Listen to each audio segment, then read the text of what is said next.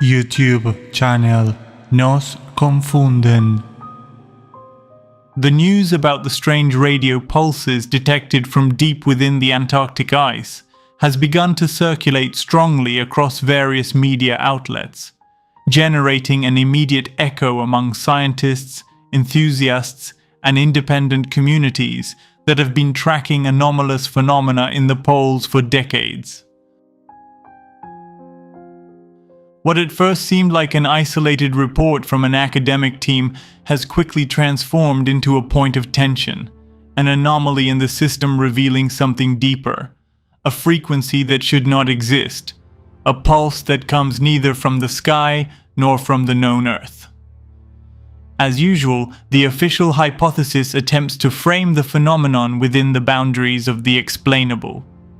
They speak of misinterpreted neutrinos, theoretical dark matter, or echoes within the ice, distorting otherwise trivial signals. But this frequency is not new.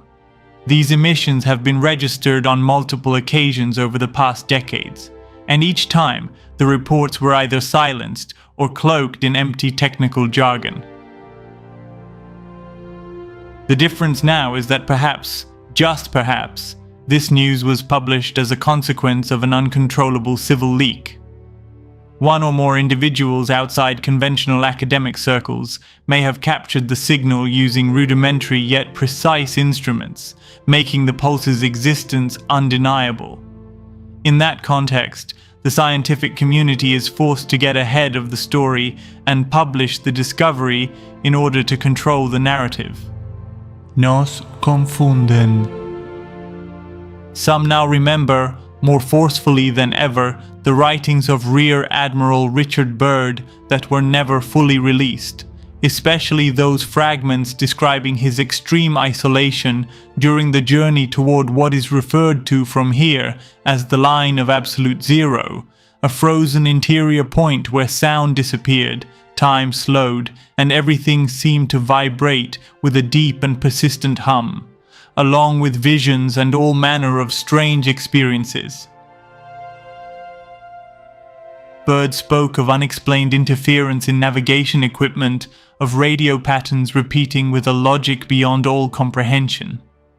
All of this was studied from an advanced meteorological base called Bowling Advanced Base, located about 200 kilometers south of Little America, where he intended to spend 6 months completely alone during the dark polar winter. Nos confunden. This was known as the Alone Expedition. However, he had to be urgently rescued. It is said Byrd suffered severe symptoms. The Rear Admiral described zones where compasses spun wildly and where the sky, even in daylight, showed a barely perceptible shadow, as if something were overlaid on the projected landscape. Could it have been the beginning of the first dome and of another reality? If one connects the current data with Byrd's memories, the hidden records of guarded missions, and the vibrational patterns detected by other scientists who were coincidentally silenced, a more powerful hypothesis emerges. These signals not only do not originate from our known Earth, they may be ancient transmissions activated from beyond the first dome. They are active remnants of non-human technologies, or of a humanity that existed before the reset. Resonances designed to communicate, or perhaps to warn, through the ice, through the water, through the very crust. Nos confunden.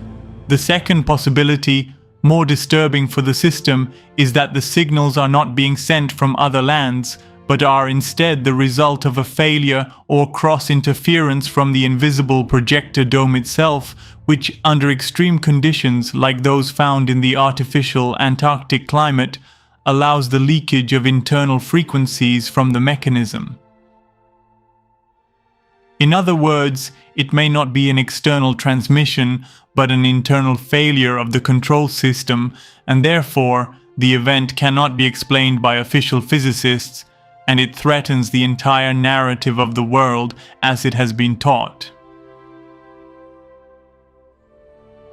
In response, It is to be expected that in the coming weeks, a highly technical explanation will emerge, written by carefully selected experts, proposing a theory that sounds convincing to the general public. An anomalous oscillation caused by microfractures in the ice pressure, combined with inverted auroras and echo attenuations of neutrinos reflected in the upper layers. The more complex the explanation, the more it will be accepted. That is the rule. But even if they manage to distract, they will not be able to explain the essential. That this frequency breaks all known electromagnetic laws. That its intensity is not random.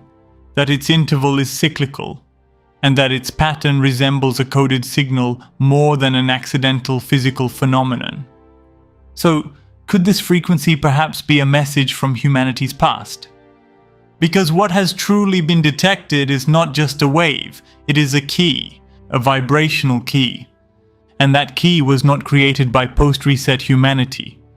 Perhaps it was designed by those who, from beyond the ice, are still trying to awaken those who walk asleep today. Nos confunden. Because if that frequency is a key, then there must also be a lock. And that lock is not found in any physical door, nor in an underground vault or a technological structure. It is found in the human mind. Even more, it lies within what was sealed since the last reset, when perception was fragmented, when the true memory of who we were was buried beneath layers of education, entertainment, and distorted science. The message does not speak in words. It cannot. It speaks in pulses, in intervals, in modulations that resonate not in the ears but in the inner vibrational field, the one that still beats in some beings as an echo from a time before control. No antenna is needed to hear it, only silence. YouTube channel Nos Confunden.